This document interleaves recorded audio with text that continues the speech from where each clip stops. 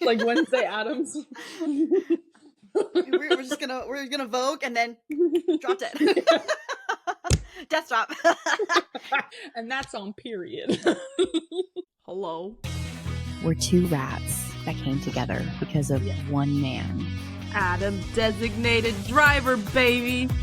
The rats need to be fed on schedule or they'll get sick. Shelly and I will be discussing the movie This Is Where I Leave You. You are listening to Great Driver. Hey guys, this is our femme episode. Yeah. We're not in drag anymore. Nope, we're in bio drag. Bio drag. Oh my gosh, we are back again for another Adam Driver movie. What movie is it? This Is Where I Leave You. This movie is one of the best of the best. It's one of my comfort movies too. Like whenever I'm sick, I always put that movie on.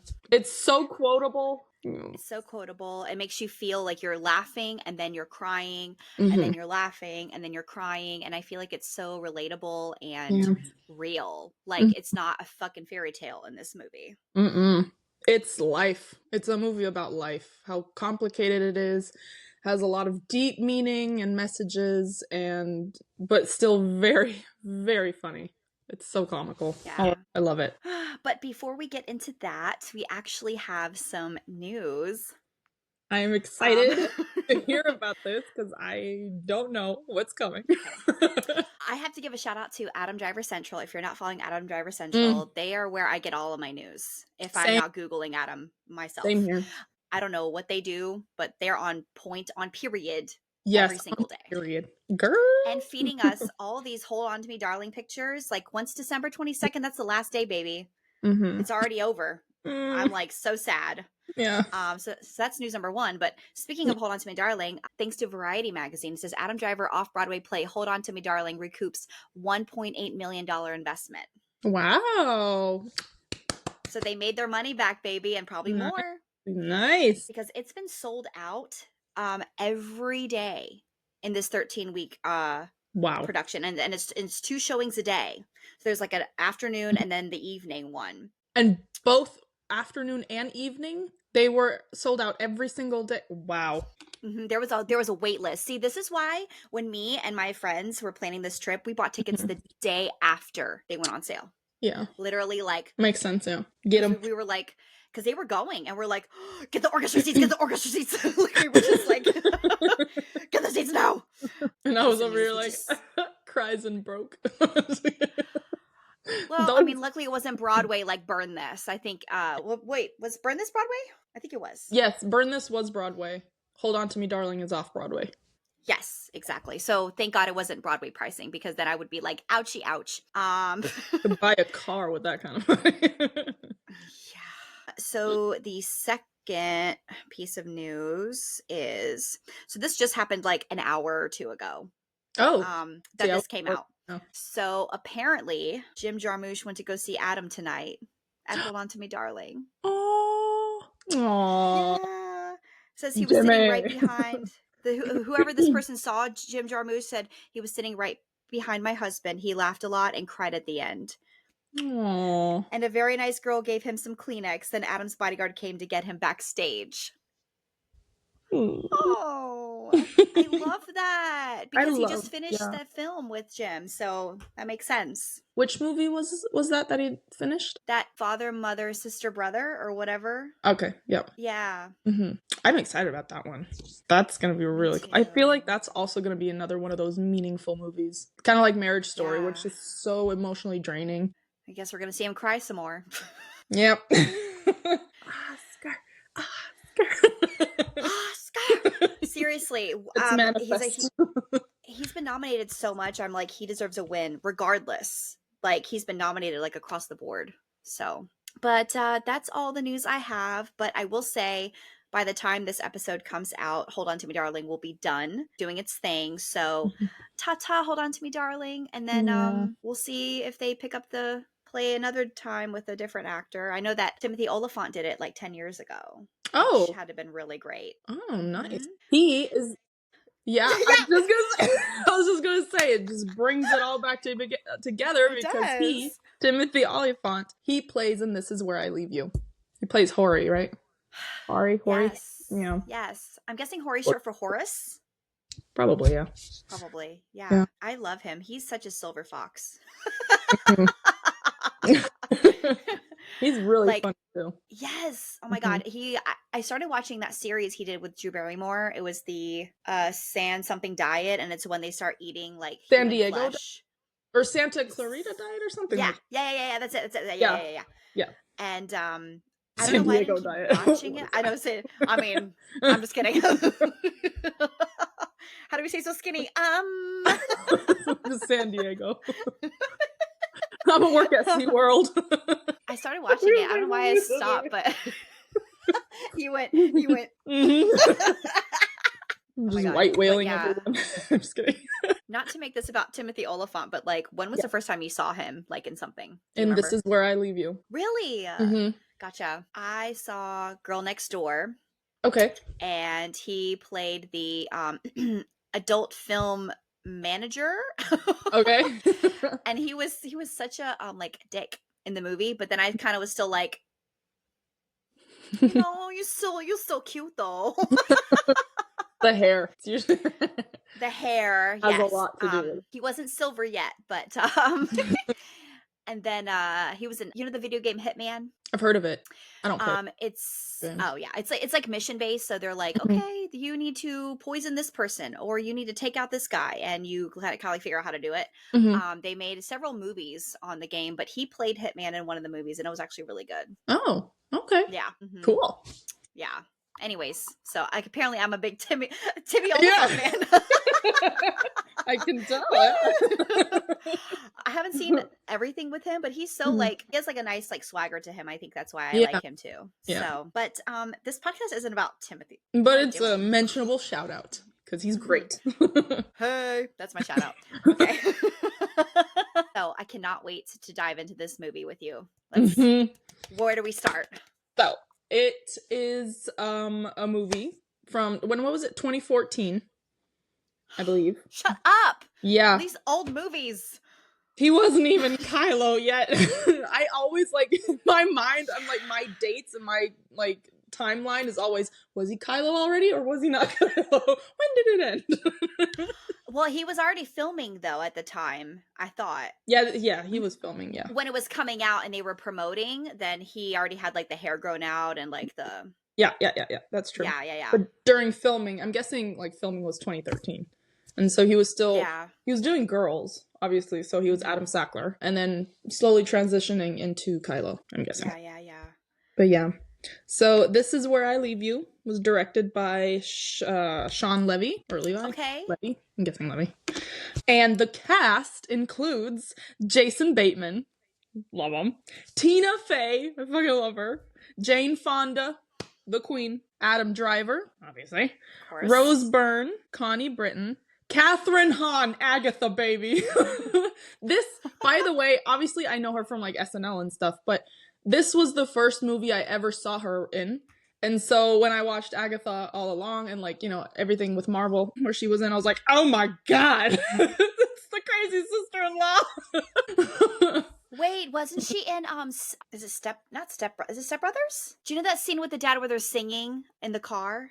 They're singing Sweet Child of Mine, and then the dad is like, oh, off key, off pitch, oh, blah blah blah. I don't think I know it. All right.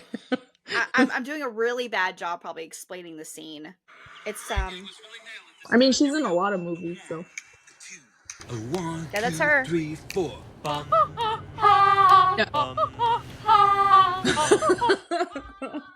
They're just like, they're supposed to be this picturesque like family or whatever, and she's just like, Mhm. But anyways, yeah, I guess she's in Step Brothers too. I mean, she's in a lot of stuff. Wasn't she in Girls too? I feel I like haven't seen all of Girls, so I can't say. Okay. Yeah. I feel like I know Amy Schumer was in Girls, but I remember that. She Yeah. was that friend Yeah. of Natalia. Natalia's friend. You horseshit. Anyway. I was gonna say. She's pregnant with your child and you Oh, wouldn't yeah. even know. She's like, I'm not pregnant. You could be pregnant by this donkey. And Adam's just like, anyway. She's like, I need to leave. Yeah. Yeah, so Agatha.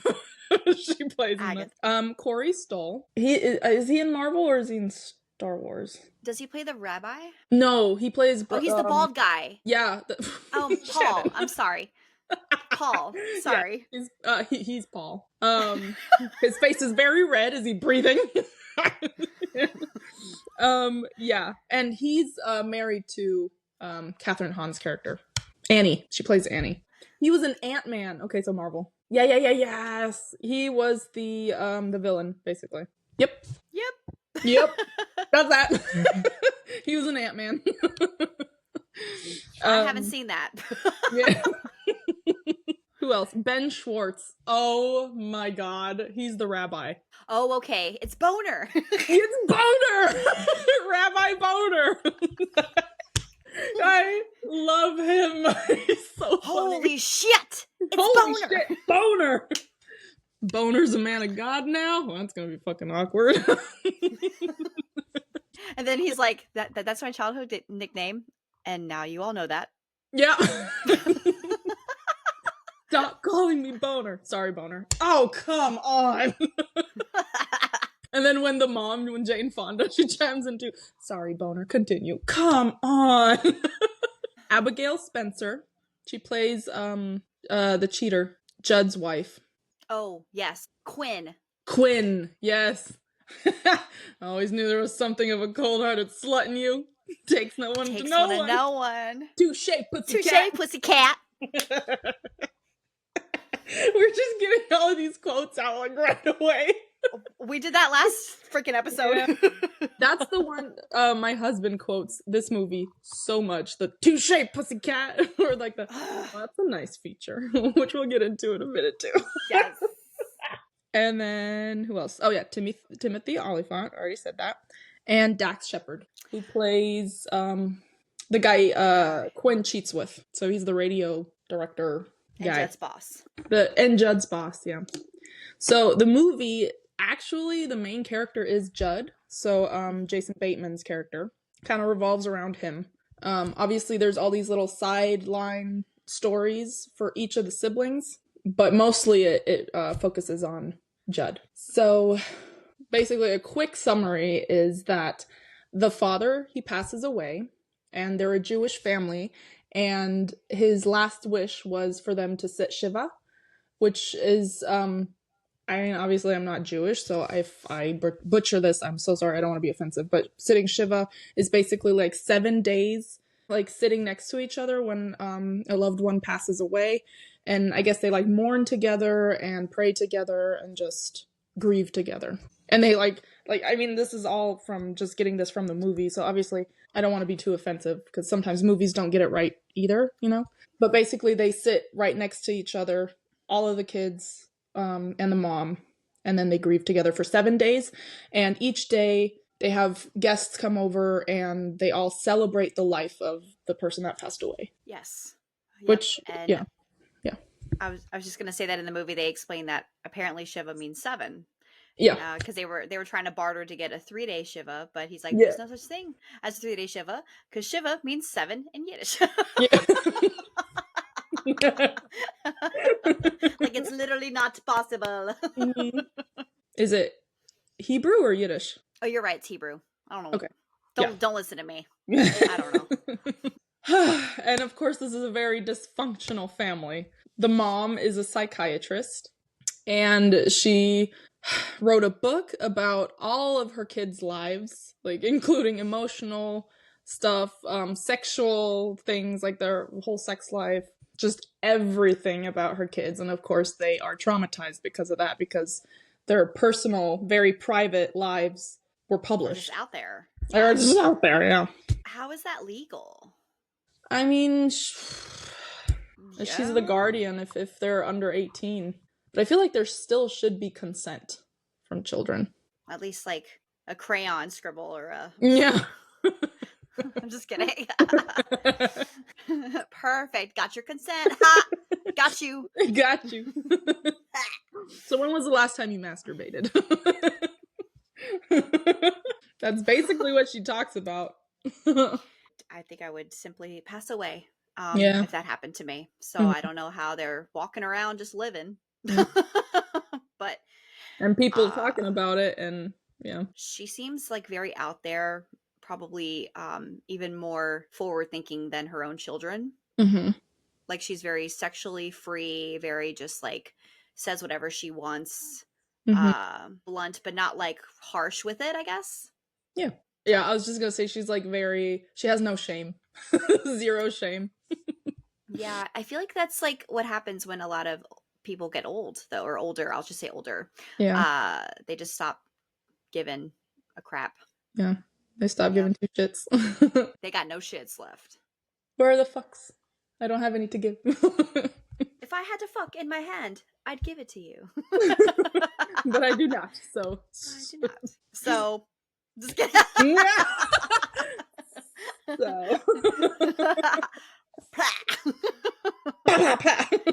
Do you like jazz? Do you remember that? Anyway. Was it your birthday? Yeah.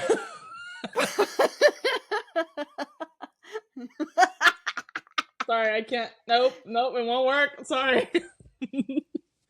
Oh, you got something behind your ear. Oh, here it is. Yeah.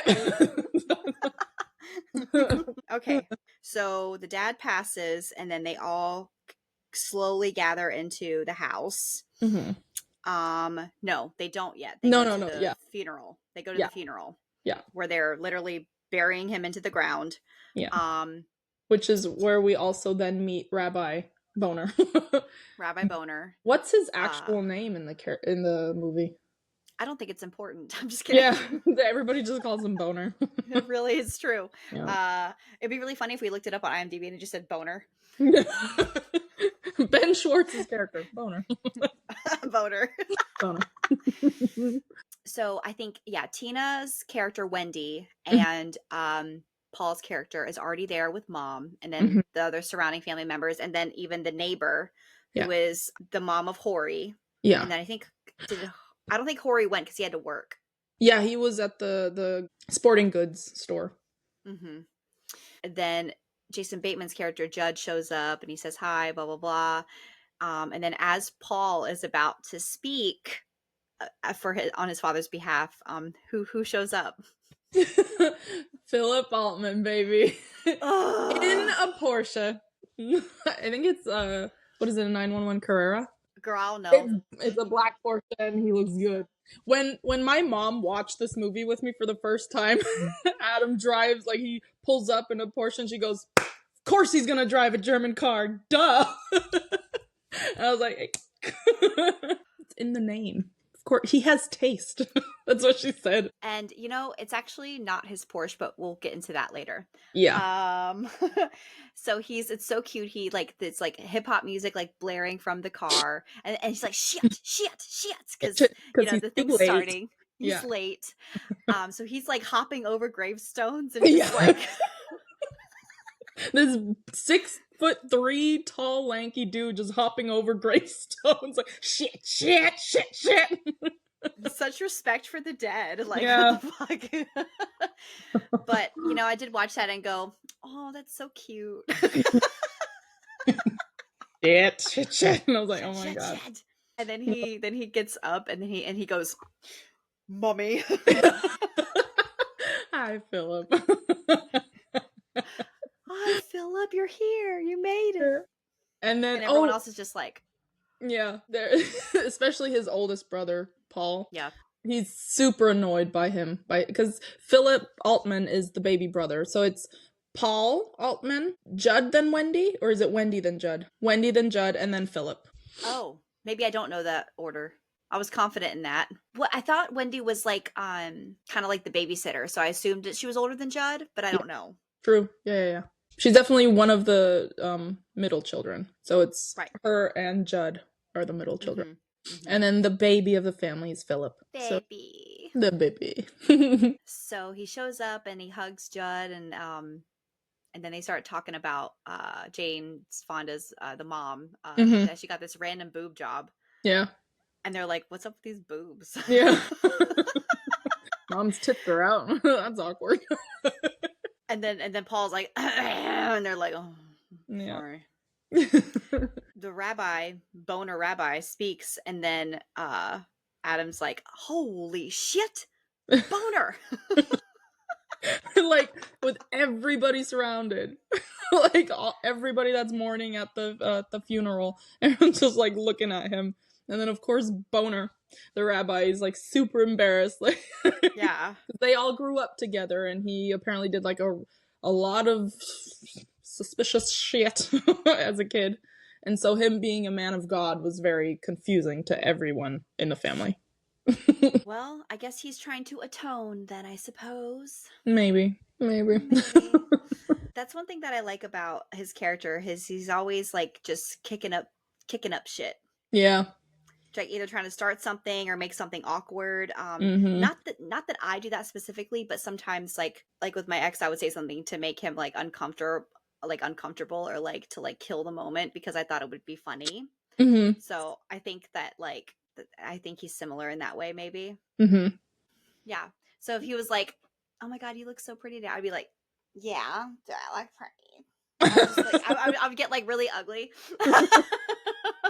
And he would just be like, "And goodbye." And it's gone. It's gone. The moment has passed. It has gone. So Paul makes a speech. He is able to talk now.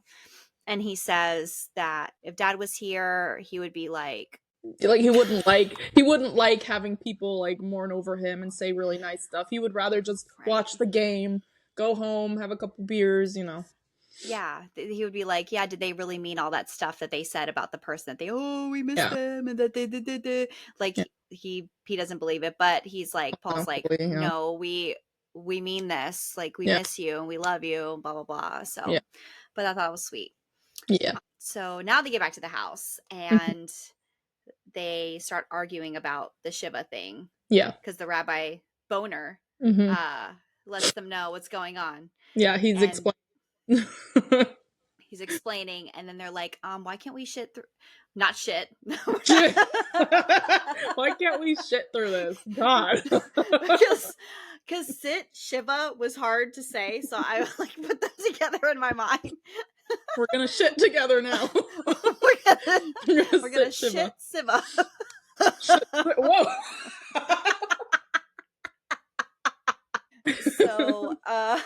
So then Jane Fonda's character comes in. I don't even remember what the mom's name is because they're just calling her mom. Besides the neighbor.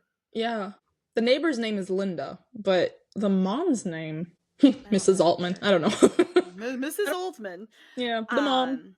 She's just like, "This is your father's wishes, and this is what's gonna happen." Blah blah blah blah yeah. blah. Stop negotiating. This is his last wish. Let's honor that. Yeah. As a family, which we later find out, by the way, that was all nonsense. He never wished for any of them to sit Shiva. She made it up because she knows her family's so dysfunctional. She just wanted her family to come together for a couple days, figure their shit out, and just be a family again. And then, I mean, obviously the dad died, so she wanted everybody to mourn properly and grieve together. And process what happened together, because throughout the movie we find out that every single sibling, their life is super complicated somehow. They have issues, life, like everybody does, Every single person has some aspect in their life that kind of makes them unhappy. So, and she saw that, knew it, and she's like, "Let's come together." It's all bogus. He never said, "I want my family." Well, he was Jewish. I'm pretty sure he didn't have a southern accent. We're just going back to the Logan Lucky episode, aren't we? I know. I want all my children to sit Shiva, okay? Dad, I thought you were from wherever this movie takes place. I don't even know. Yeah. Mm-hmm. I think it takes place in Jersey, right? Oh, no, girl. I didn't pay attention to that. I think so. Because, not Paul. Judd, he lives in the city. He lives in New York. And so, yeah. Oh, that makes sense. So they start their first day of Shiva, and people Mhm. come over and they're talking, and And I love then, that scene. yes, me too. Philip gets a call, and it's like a what is it? You know the song? There's like a lot of cursing in there. It's like very sexist. I forgot what Yeah. the song is, but and then I love this scene so much because he takes his phone. He goes, "I gotta take this." Hey. Ugh. Yeah. No, it's okay. We're just sitting in awkward silence. Yeah. And it just so happens to be his current squeeze, his Mhm. girlfriend slash fiance, actually, Yeah. who started out as his therapist. Yeah. Mm-hmm. That sounds messy. Mm-hmm. And I love that, like, the scene where she, like, pulls up in the cab, and then he runs out, everybody just is glued to the window, and Wendy's Yeah. like, is that his lawyer? Is he in trouble? And then somebody's like, oh. No, I think it is Wendy who then says, oh, that would be totally like Philip to do his lawyer. And later they find out it's a therapist. Like, that's even worse. Yeah, because that's like a So deeper involvement than a lawyer, Mhm. in my opinion. Yeah. So Tracy's introduced, and he's like Yes. completely like clutched. He's like just hanging on to her, like super like, you know, lovey. And she's trying to be professional and like, you know, introduce herself. And she's gorgeous. Right. And I think there's like a 20-year gap, right? Age gap? Probably. Yeah. Probably. I think she's meant to be like in her 40s, and then he's Yeah. obviously in his like, yeah. Yeah. Mid to end 20s, yeah. But I do like the scene where the first day of Shiva, because they each have like a lie or like something vague that they're saying. Yes. So like Philip doesn't have his shit together. So he creates a new story of his career every time he's talking to somebody new. True. Mm-hmm. Yep. And then Judd is saying that Quinn could not make it because of an injury. Yeah, the something with her spine. Yeah. Just some bogus crap where you're Yes. like listening like, dude, this makes no sense. And even somebody even says, isn't that common mostly in men? He's like, yes, yes. She's very athletic. Yeah. She's very athletic. Boy, what a dig. Yeah. Wendy's secret is obviously she has marriage issues, Right. so marital problems, and she is still in love with Hori, Timothy Oliphant's character. And his backstory is he had an accident back in the day when they were like teenagers, and he now has a brain injury. So he's completely dependent on his mother, like for care and everything. And so their relationship broke off because of that, and she felt super guilty, so she then married some asshole who is, he's really an asshole. He doesn't take care of the kids. They have 2 children. Doesn't take care of the kids, always on the phone, doesn't even care what's going on with her, even though she just lost her father, you know, is grieving, and he doesn't give a crap. And he leaves. Yeah. He leaves.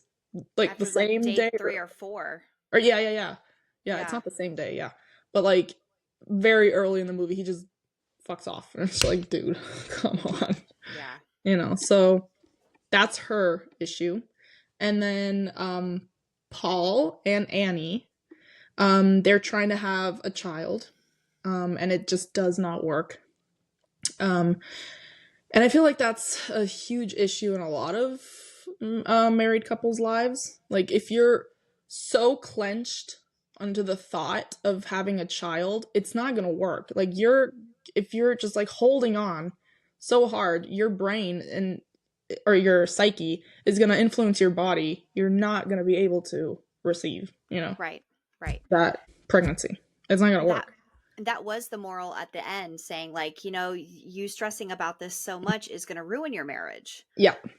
You look at what you have right now and cherish that. And that was Judd said that to them, right? Yeah, to Annie. Yeah. There's also a little bit of a mess in there because Annie and Judd dated for like that's right for brief 6 moment. Months. Yeah. And so then it's like that's been in the back of Paul's mind all this time still, even though he's been married to her for like ever. It's just weird. I mean, yeah, that influences a lot of things too, you know. And they're like on a coitus schedule, that's what they call it. And so he's like randomly whipped out of very serious and like emotional situations because she's like, let's fuck. We're on time, we're on schedule, let's go. Yeah. Like, that doesn't make it any better. Like, come on. I feel like that would drain like the spontaneity of like love Everything. Like Yeah. it's a schedule, and then it's like, well, what if I don't wanna? Yeah, like you can't. It just doesn't work. Yeah. They just get more vague Mhm. as it goes on. Philip is still doing like he's being very detailed about his because he's lying, Yeah. and then everyone else is like, Paul's like, oh yeah, maybe someday. Mm-hmm. Like the first response is so sincere. He's like, oh yeah, we're trying, maybe someday. Then by the end, he's like, yeah. We're trying. Mm-hmm. And like, it's always like those societal standards that people have to live up to. You have to be married, you have to have children, and it's always like they push so much, and you're like, dude, we are trying, and this is a huge trauma thing for us, and you're just re-traumatizing by asking, you know? Like, what if they had a miscarriage or something? You're triggering that person so hard just by asking, so when are you having children? When are you like, dude, shut up. Maybe they don't want children. Maybe they can't have children. Maybe they had traumatic incidents that, you know, maybe they lost a child. It's none of people's business. I feel like that's a huge thing that people need to learn. Don't ask shit like that. It's none of your business. If they want to share that with you, they will come forward. People getting into other people's business just keep your nose out of people's shit, okay? I feel that, like, when people would ask about my previous relationship, they'd be like, oh, when you getting married? And I found that kind of invasive because because what if we never wanted to get married? What if we weren't interested in marriage? You know, what if there's a lot of different, like, that's such a personal thing, in my opinion, too.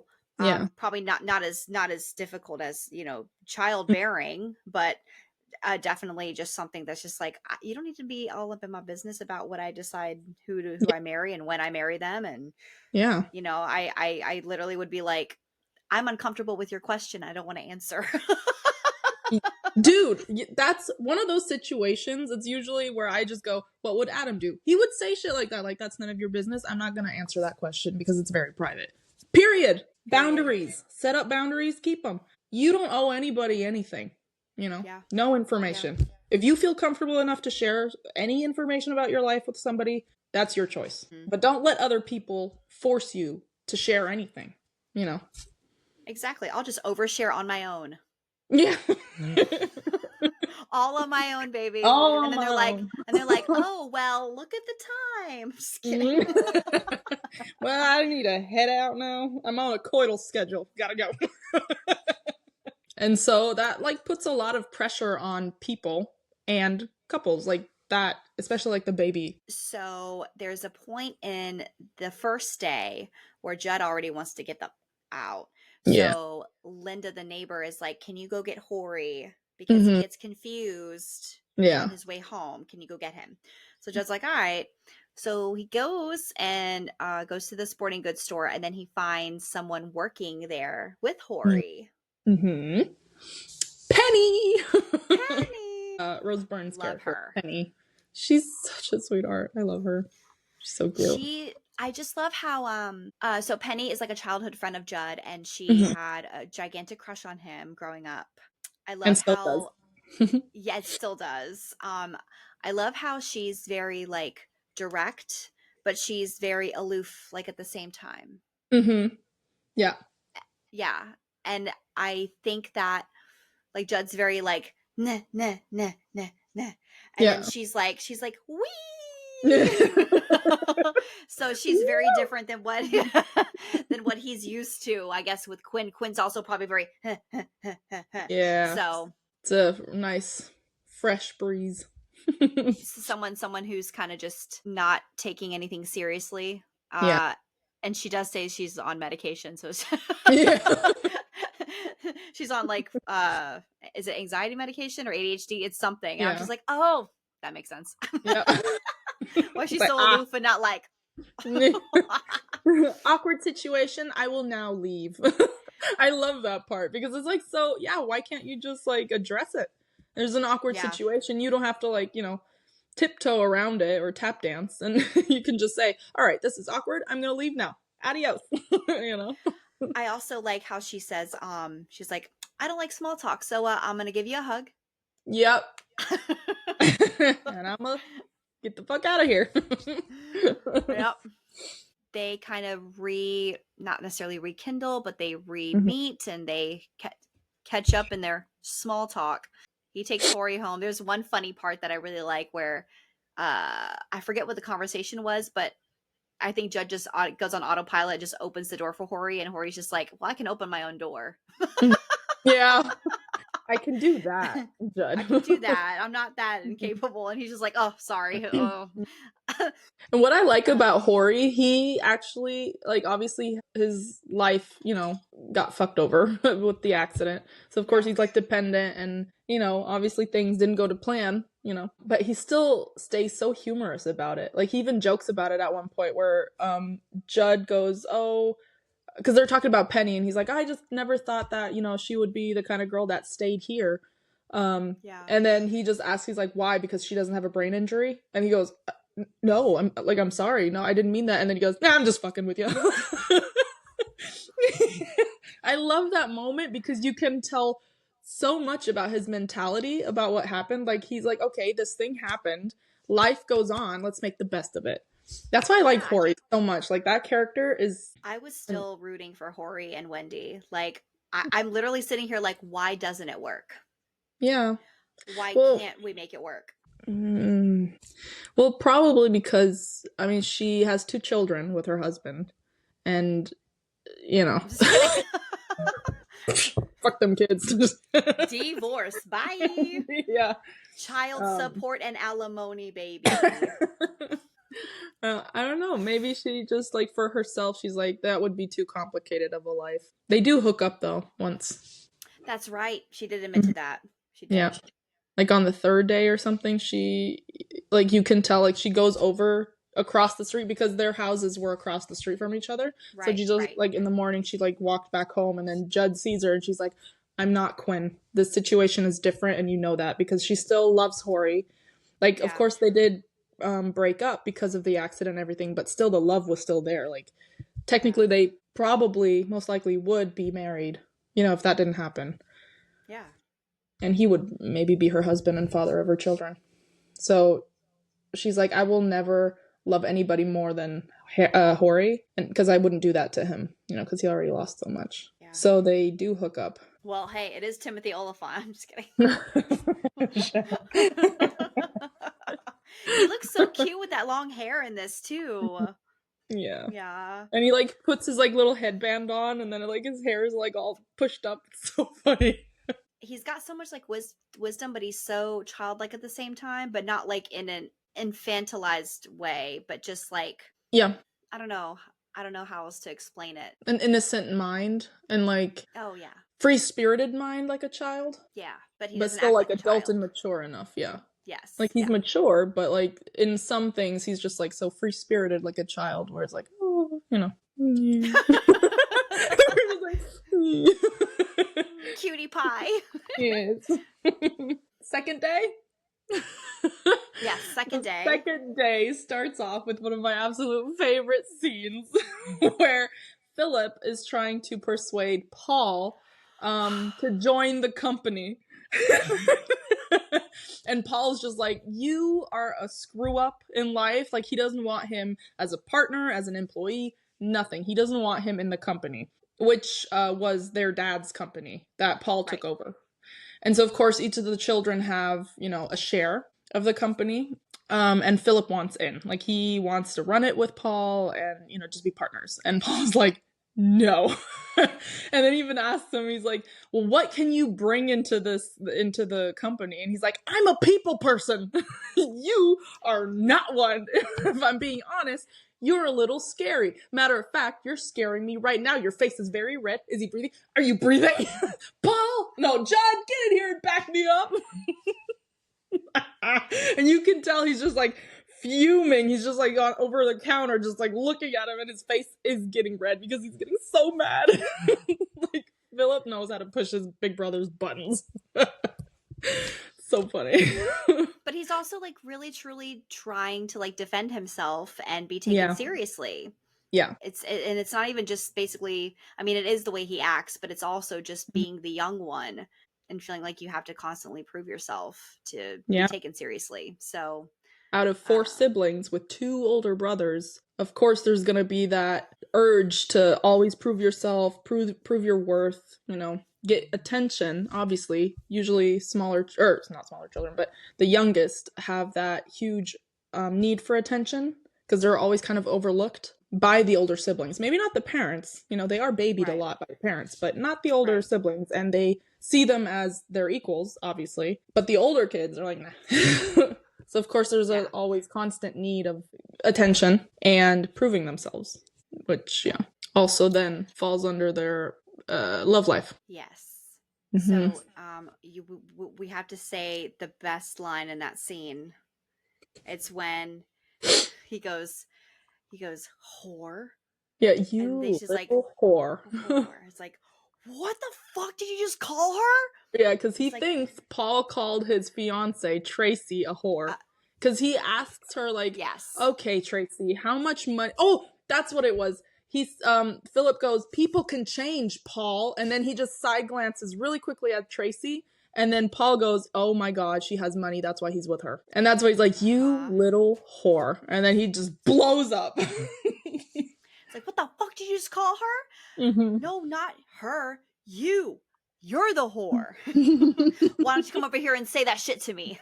She doesn't say that shit to my face. And then they start brawling. And then Tracy, tries to calm the situation. She tries to diffuse, and she's like, you know, talking as a therapist. She's like, okay, let's settle this. You know, let's express our feelings in a neutral and calm way. And let's revisit this idea, blah, blah, blah. And then they're just like looking at each other like, I don't give a fuck what she's saying. I'm about to beat your ass. And then They've been waiting. Mm-hmm. They do, but then Judd tries to get in between, and then he gets hurt. He gets a glass shard right here in his temple. And then Wendy just stares at him like, and he's like, what? Like, he doesn't even realize what's happened. It's like all that happens, and then all of a sudden it switches to the next scene, and they're just all laughing at the dinner table. Like, nothing happened. Yeah, like this is apparently such a normal occurrence in that family. Oh, that's a great story about Dad. Your turn. Yeah. Like, there wasn't just a brawl in the fucking living room. Like, they almost kill each other, and one guy already got hurt. Yeah. Moving on. Yeah, and then after that, they start sitting Shiva again. And that is when the first secret comes out about Judd and Quinn. I love that scene so much because Wendy, she pushes him so hard. It's so funny. She has like vodka or something in her coffee, and she's like, take a drink. Like, come on. And then she just keeps bugging him and bugging him and bugging him about Quinn. And then he just blows up when the next person, like this old lady, Mrs. Goldstein or something, she asks, so how's Quinn? She's like, she's gone. And he just like blows up. He's like, I'm leaving her whore ass. And everyone in the room just is like, oh my God. And then everything like quiets down. There's like complete silence. And then he just goes, happy? And Wendy goes, yep. And gives him the coffee. I love that scene so much. I think this is also this day of Shiva, and correct me if I'm wrong, but Philip starts talking to this younger girl off to the side, and you're just like, one of his ex-girlfriends. He's like flirting with her and just being ex-girlfriend. really I didn't realize that. Yeah, and she's like a model or whatever. And so of course Tracy kind of like, she's like, what is going on over there? And he's like flirting and just being Philip, you know, being very flirty, disrespectful, and not serious about the relationship. So it's really hard because Philip's so cute, and a big ball. And I'm just like, flirt with me. Flirt with me. Hi. I know you're just gonna screw me over, but we're just gonna have fun. Bye. I'm just kidding. Toodles. Toodles. He runs off and finds Penny again, right? No. No. Yet. They go drinking first. That's right. They go drinking. Yeah. All of the kids go drinking. And Philip makes a big deal out of it because this is like the first time he gets to go drinking with his siblings. because they like live, you know, all over the place and have their own lives. So they never really get together. And by the time that he was 21, which is the legal drinking age in the States, that's, you know, like a huge thing for him. They were all gone at that point. So he was never able to like have his first drink with his siblings, you know, with his older sister and older brothers. So he, makes a huge thing of it, like gives everybody shots and beer and really enjoying that moment, even though they're all fighting and. He was. I just have to give like a Adam shout out. Like he's cute and everything, but he is particularly like cute in that scene. Like he's a little more dressed up, like for dinner, and like I don't know. I was just like, oh. Adam gives a very believable performance as Philip Altman. Yes. I wasn't sure when I wanted to say this, but I do just want to say that I've always admired the way, and we've talked about this, the way Adam delivers lines. Yeah. When you think about the way he delivers lines, you're like, that is how that line should be said. But I don't think anyone else would have thought to deliver the line like that. Yeah. With Adam, the motto is expect the unexpected. He's just so unpredictable in like the way he moves, the way he delivers the lines, just random improv stuff. It's just genius. Motherfucking genius. I felt like there were like hints of course, I've recently learned that Adam is Adam Sackler, but I will say that there was Adam Sackler seeping in some of these dialogues that he was saying. Yeah. I feel like Philip Altman and Adam Sackler are very similar characters in some aspects. Definitely in the the romantic side. I think Adam Sackler is introverted and Philip is not. No, he's an extrovert for sure. Yeah, I think that's the main difference. But they're both man whores, kind of. Yeah. Oh, yeah. Definitely on the slutty side. Which that slutty is boys. No shame. There's no shame in that. No, you're out to have fun as long as you're playing it safe. But we know that they're breaking hearts. They're breaking hearts. What? Good. Go. I'm gonna out my aunt real quick. I'm not gonna say any names, but she told my cousin one time, she's like, it's okay to have a slut face. And it's like very unconventional for her to say something like that. So we were just all like, the fuck? And I kind of, yeah. And I always have to think about that. Just randomly. She said that. It's okay to have a slut face. Paul gets called away because he has to go have sex. Yes, because that coital schedule. He's on duty. On dick duty. Sorry. Sperm duty. Oh my god. Ejaculate duty.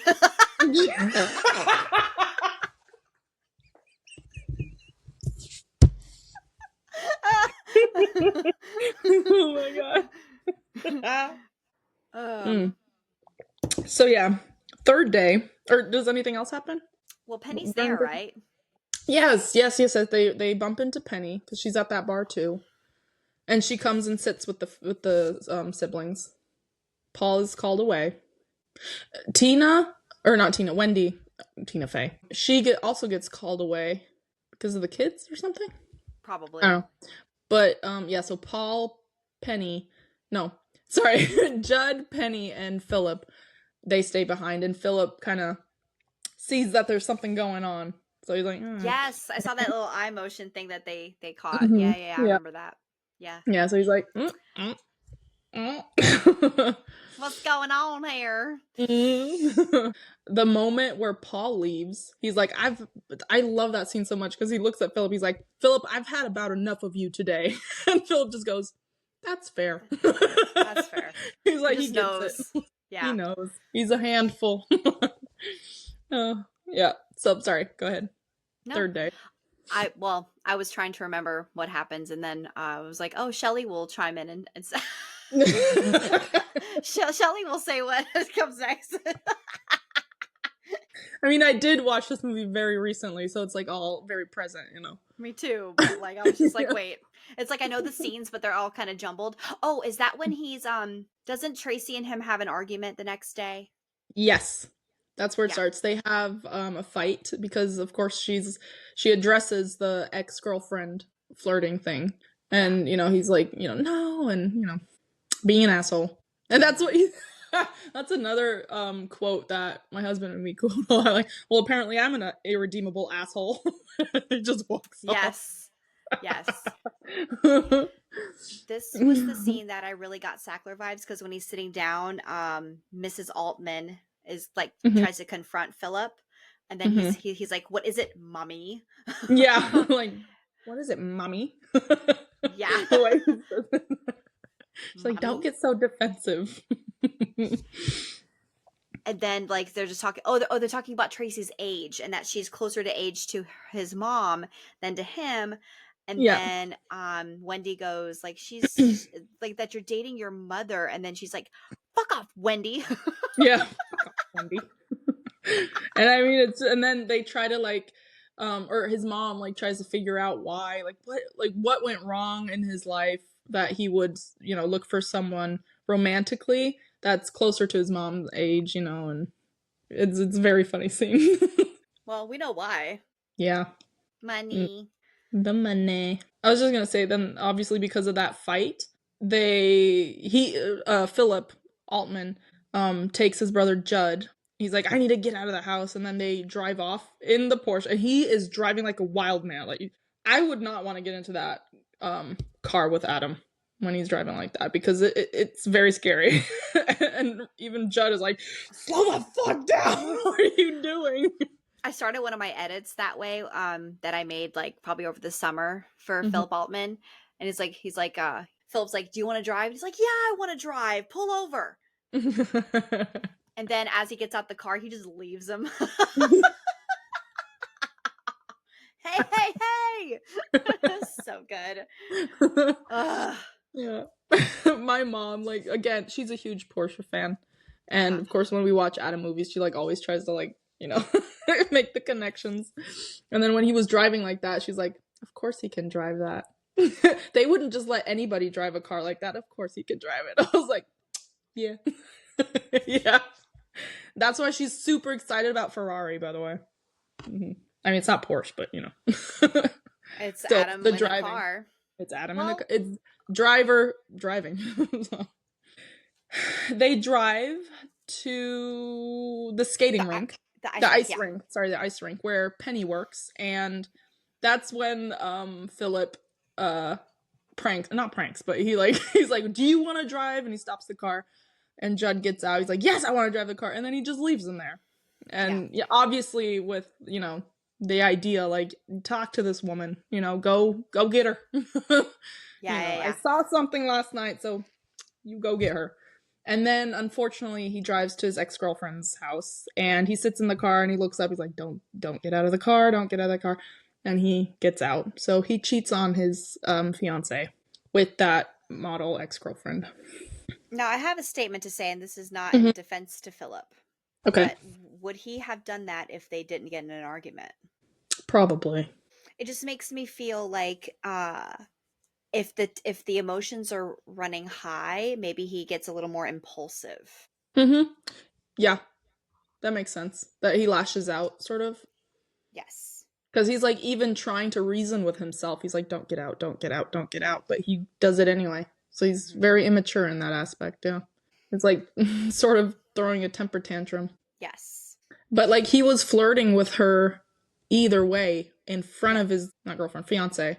Yeah. So like I'm pretty sure he would have either way. Like like if you are really in love and you really respect that person, you're not gonna flirt with anybody else. Yeah. You won't need to. So but it's also like he has her there physically. Why would you go and exactly it's not like she's like not there. I'm not saying that's okay either, but it's like you're sleeping in the same bed under the same roof.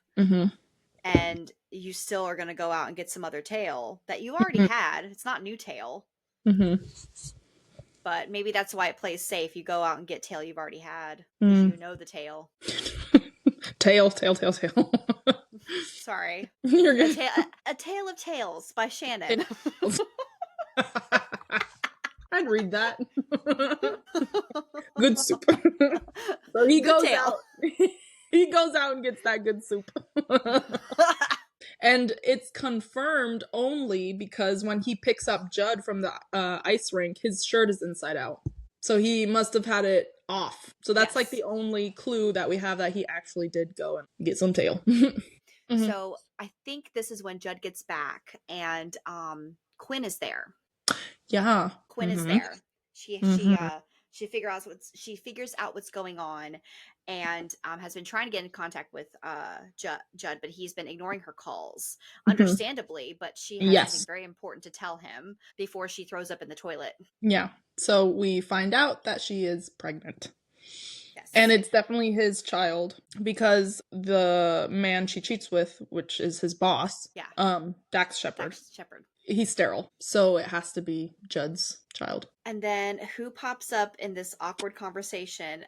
So this is my question. What the fuck is he doing before Quinn gets his attention? Because he's just sneaking around with a cigarette wound up in his sleeve. Yeah, that, by the way, is Adam being Adam. That was his improv. He had the cigarette like this, had the box like rolled up in his sleeve. That was his idea to do it. It's just the most random fucking thing. It's like so clearly there, you can't hide it. But he doesn't want to walk around with, I don't know why. Maybe because kids are around? I don't know. Yeah. He's sneaking a smoke. Oh. So he's like walking around the house, like sneaking with his cigarette, and he doesn't see Quinn and Judd in the back having a conversation. And then she gets up and goes, "Hi, Philip," and then he just like kind of like, startles. Yeah, and he's like, "Quinn, I always knew there was something of a cold-hearted slut in you." And then she goes, "Takes one to know one." And then he goes, "Touche, Pussycat."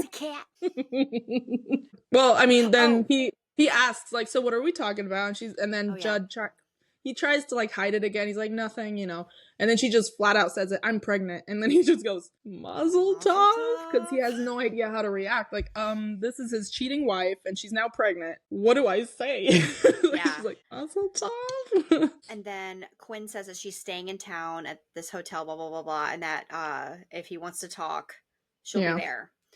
So she leaves, and then Philip is kind of like, "Oh, do I stay and comfort him?" And so he straight up asks. And I do that too. I'm like, do they want me to listen, or do they want advice? Do they want me to leave them alone? Exactly. So he's like, "Is this the time that you need someone, or do you want to be left alone?" And then he says something like, "Go away, please." And he's like, "Okay." And then he just like awkwardly leaves. Okay. And then he's like, "If you need me, I'll be in the back." And I feel like right there, that shows a level of maturity that that you think he doesn't have, but he actually does have. Because no matter what, like how many times he'll fuck over other people, he'll always be there for his brothers and his sister. Like for family, he'll come through. So, there's value in that, obviously, which that's a very sweet, and I feel like it's not very on the nose scene where it's like, oh, okay, it's an awkward situation. But if you think about it, like what he says, how he's like approaching his brother, he wants to be there for him. He just doesn't know how. And so he just asks. And I was like, yeah, why don't you just ask? Like, what do you need in this moment? Exactly. Yeah. And I will give it to you, whatever you need. But, it's okay to tell me what it is. I just want to add, when you talked about like with him sneaking the smokes, and you said that was Adam's idea. I don't know if you saw me clutching my pearls. I was just the non-existent pearls. I was like, of course he did. And then and that's just me going like, oh my God, I love him. I love him because this reminds me of a quote that he said. And he said, acting is being able to make mistakes in front of other people. Yeah. Having the courage to fail in front of other people. Yeah. Thank you. Shannon butchering quotes. I got you. But literally he always talks about how he loves working with writers that are flexible with their writing, because he thinks of this shit on set and then they're like, yeah, fuck it, let's try it. Yeah. And I love that. So but I would always watch that and be like, what the fuck is he doing? There's some things where you're just like, what is he doing? And then later it's like, that makes so much sense. It's just, he's a genius. And I'm glad that most of the directors that he's worked with have given him that space and that freedom. Be him and express his genius. Genius. At some point, is it the same day, but Wendy is having a conversation with Chud? No, with Hori, right? In the backyard. Yeah, that's the same day. That's the third day. Yeah. It's almost saying like, I love you to him without saying it. Yeah. And just kind of reinforcing that how she feels, and that she feels guilty, and that there was one part where she's like, I was in the car, remember? And he's like, yeah, I remember. Yeah, that's how we find out like his backstory, like that she was in the accident with him, and he like apparently did something. I forgot what it was, but he did something to like save her so that she would be unharmed or something. He probably I don't shielded her remember like that very this well. or something. You know, he Yeah, probably shielded her. yeah, and then he got the bigger blow and unfortunately had a brain injury. It was just such a sweet scene, and it was just like this. They just understood like their situation, and that, you know, if there were any other way, I'd be here with you, but it's just there's no way we can be, and it's like he understands, but Yeah. I don't know. I really liked the scene, and then I feel like Philip is getting around because doesn't he show up like a little later after that? That's a different day, yeah.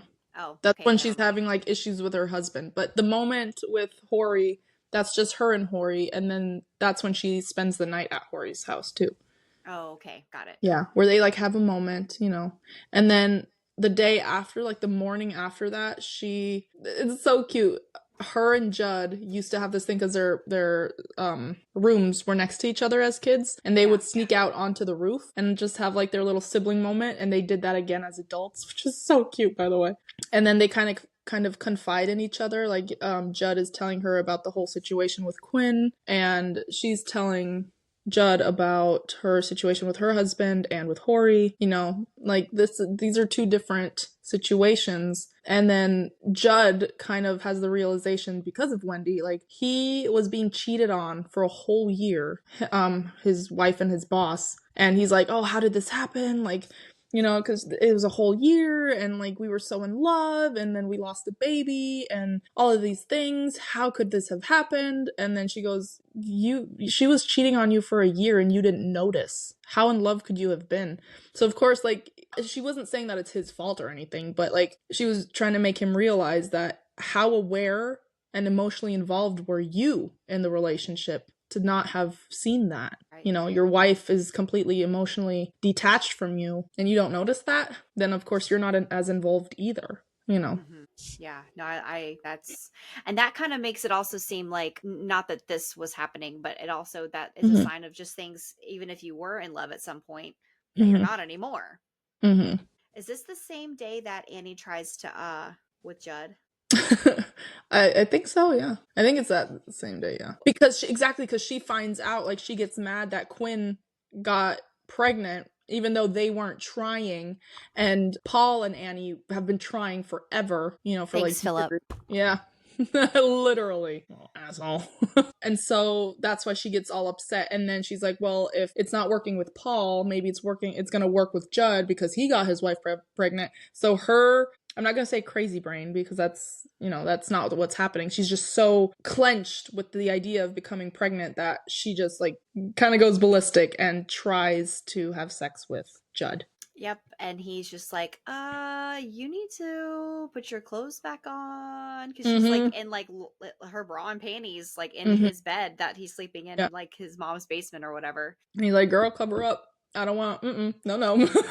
Like, you're not thinking straight, you know. Right. So he eventually does talk her down because the toddler ends up coming in with their little porta potty. And and then there's like, it's like, oh, Aunt Anna was just gonna go put her clothes on because she's getting cold. Yeah. He's like, do it. There's a child in the house. Yes. And then they go to temple, and this is my favorite day. Okay, so they're sitting in temple, and of course, Rabbi Boner is doing his thing up there. He's like, let's have some fun. You're just like, you're in temple. Okay, cool it. And Judd found a suit jacket from his dad. Showed up. Well, he woke up that morning. Oh, wait, he stayed with Penny, right? No, that was the next day. Oh, okay. So he shows up with that suit, and they're like, don't you know, like, we're going to temple. And he's like, what? So his mom puts him in his dad's suit. That's right. And then they have a moment, you know, because he's like, oh, he was very emotionally detached from his dad. And so they have a moment where he's like, oh, you know, I was never good enough for my dad and blah, blah, blah. And then his mom goes, no, you were his world. You know, he may not have been able to show it, but you meant everything to him. So they have a moment. And then he wears his jacket. And what do they find in that jacket, Shannon? 2 blunts. And they get high in temple. But I love the way that they do it because I feel like there's like this little like mind connection between Judd and Philip, which is why I think they're closer in age than Wendy. Mhm. Yeah. Yeah. Because he's like, where did you get those? I'm like, this is Dad's jacket. Mm. And so then Philip just goes, Yep. He just stands up and he starts singing along, like dancing out. yeah, he like leaves, and then Mrs. Altman's like, where is he going? He's like, you know what? Maybe he's not feeling well. I'll go check on him. It's like they've done this before. Yeah. Like, so sly. So good. They have like a classroom in temple. I'm guessing it's like very similar to like where they have like Bible study or something. Like Sunday school or something, yeah. Sunday school, yeah. For what's it called? For bar mitzvahs. That's what it is. Yeah. Mm-hmm. And so they're like in there just getting high. And then Paul comes in to check on them. They're like, what are you idiots doing? Is that weed? And then they ask, like, where did you get this? And he's like, Dad's jacket. And Philip goes, Dad was a stoner? Yeah. Mm-hmm. Oh God, Adam delivers this great line. He goes, "Ha ha, you're fucked up." Again, how would you even think to deliver that line? Someone else would have been like, "Ha ha, you're fucked up." You know, he goes, "Ha ha, you're fucked up." And then they just start singing, "Swing low, sweet chariot." But what's so funny is that like Adam has such a deep voice, but the fact that Paul's is so much lower that Adam is like the mid-tone singer in it, and then Jason is the high in the harmony. It's so good. And then of course he does the legendary little little hip thrust, a little hip thrust, a little dancey poo, and then which is Adam's version of twerking, basically. Yeah, and he goes. That whole scene is just like, yeah, you can tell they're high. Wait, did Adam say something like that, like the about the twerking, or is that a joke from you? Oh no, that was just me saying that. Oh. I don't think Adam has ever used the word twerking in his life. Not on SNL. We're gonna have to rewatch last year's because he was saying some stuff. He said, "Girl," and "Pokey." That's on period. Pokey, no. Oh hey, you're back. That's okay. Oh, okay. Wee. Adam on SNL is everything, guys. He's. I mean, obviously we're biased because we love him, but he is just so funny as an SNL host. Like even the writers and the actors are like, Adam Driver's one of the best hosts we've ever had, and he's been invited like 4 times. Yes, Shannon. I raised my hand. We need to make an episode about the SNL skits, all of them. Absolutely. All of them. This also means, Shelley, that one more time, and he'll be in the 5-Timers Club. Yes! I hope. They got high in temple. Oh, that part where Paul was just like, he's like, I used to be so fun. And then Philip's like, do you wanna break it to him? Or he's like, yeah, I'll do it. You were never fun. Yeah. I love you, but you were a dick. So Paul, being the eldest, you know, he had to be the most serious, the most structured, the most responsible, which is also a lot of pressure for someone. Yeah. And he said, you two got to leave and I had to hold the fort. Yep, exactly. Yep. So that is like the oldest children. They always have like so much pressure because they're the ones to be like people expect so much from them. You know, they're the oldest. They have to know best. You know, like, no, they're allowed to make mistakes too. They're allowed to be free. But it's such a, again, social standard that the oldest child always has to be the most responsible. The person that holds the fort, like he says, you know. And there's just so much responsibility and pressure put on one person. And it's almost like they're a parent, you know. And it's like, they're children. They don't need to have that. You know, they're allowed to be free too. So exactly. And that's maybe why he's also so clenched. And maybe that's why that's also a part of him not being able to have a child with Annie. Because he has so much expectation to live up to. And now there's that one thing that's not working, but he has to because everybody expects him to have a baby. and Yeah. it's not happening, and it's all in his head, you know? It's not his fault. Like, that pressure was put on him. And so, of course, years and years and years of that, he's not going to be able to, you know, Right. have a child. Well, Or maybe his he body's just- not able to produce, basically. Yeah. Either that, or if it is stress, he just needs to smoke more weed. Yeah. Yeah. I like how you said that so sincerely. Like, yeah, Yeah, no, it's true. more weed, Paul. Yes, give him more weed, please.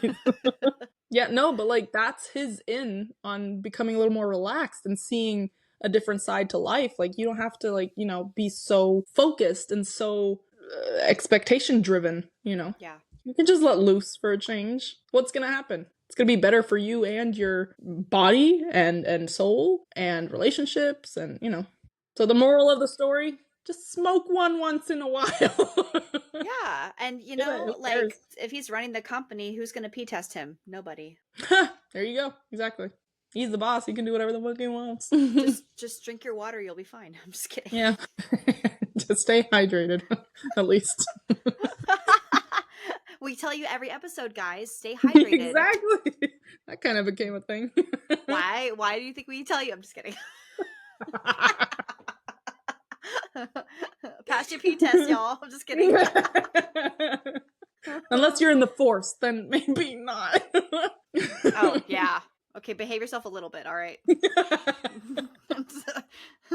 Only when you're off. All right. I'm just kidding.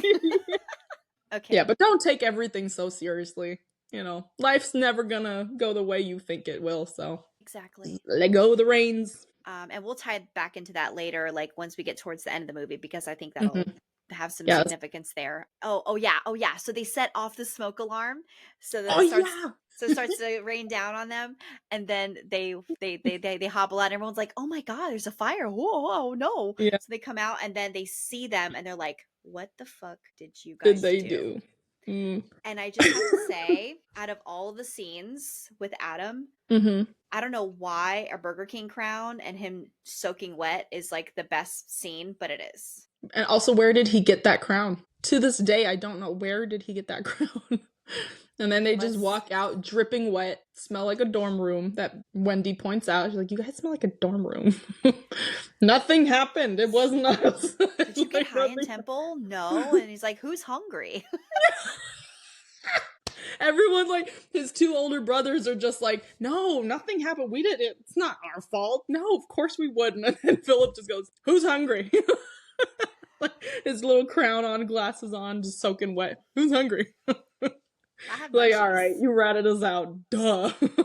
You know what's so funny? I always wonder like what lines were improv for him, and for some reason, as we were talking about that, it almost feels that way.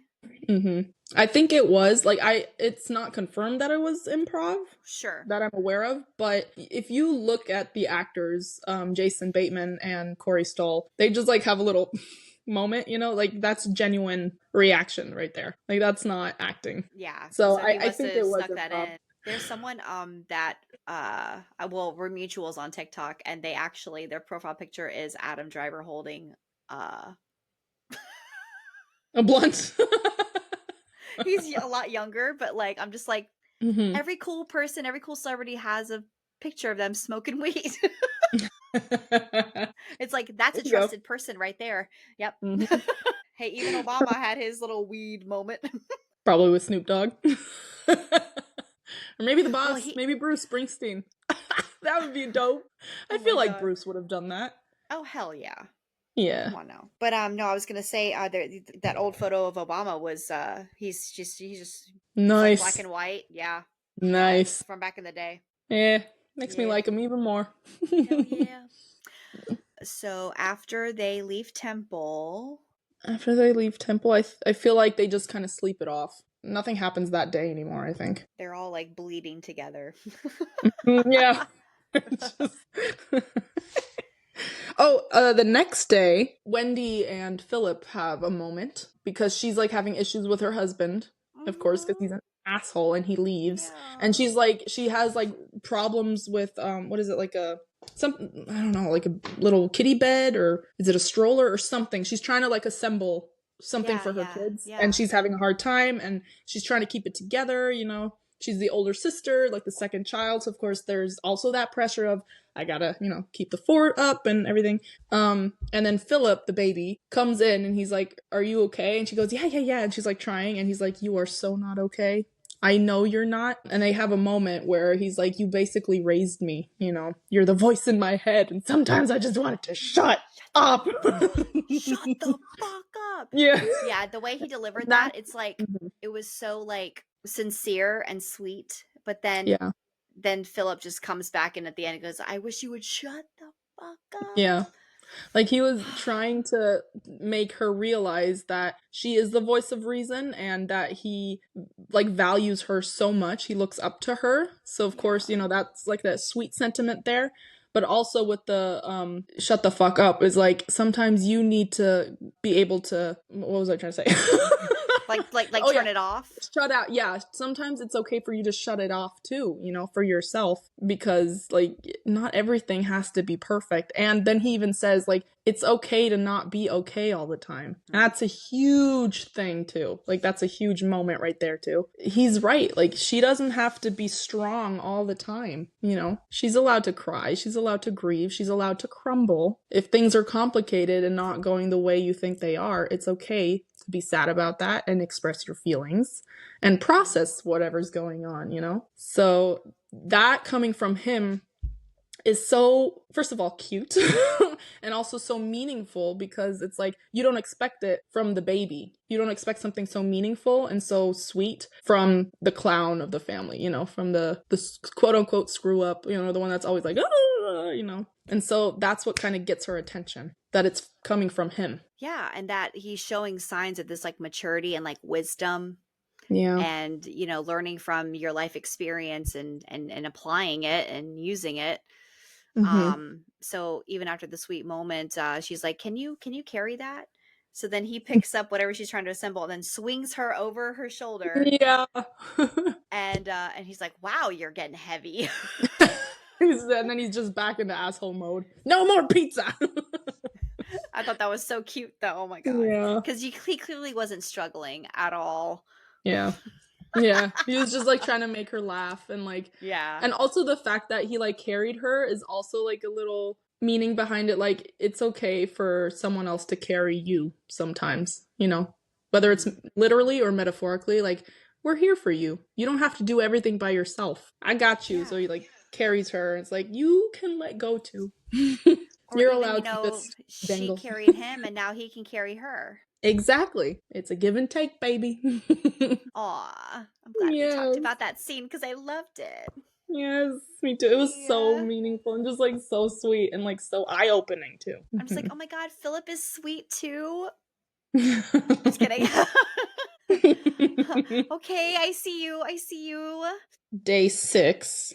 Judd and Wendy have another moment where they're like just talking about life again, because they have that twice in the movie where they're just like sitting on the roof and like talking things out, consoling each other, I guess. And then Judd goes back down to his room, and then Annie's there again, and she's trying to apologize for the other day. And he's like, it's okay, and he's consoling Annie, and then Paul walks in and thinks something's going on. Yeah. And then they have that fight. You know what I mean? Which, yes. It's funny because it's not really a fight. It's like a slap and roll around on the ground. And then Philip's reaction, he's also trying to stop his fiance from leaving because his fiance asked him earlier in the morning. Because I think Judd stayed with Penny that night and then came home. That's right. Yeah. Yeah. Judd had him, doing things. Yep. so then he's coming home, and then she's just drinking like a cup of coffee like at the front door, and she's like, look, I know you're his brother, but I really need like a friend right now. Can you be honest with me? Do you think that he may have like slept with blah blah blah? And he's like, the odds are high. So she says, okay, well, I'm gonna leave. So it's at that point where that fight starts, and then his fiance is leaving, so he has to like try to stop her from leaving, but also he's fascinated by the fight. I love the line where he's like yes, because usually he's the one in the fight. He's like, oh, I can't wait to see my two older brothers fight.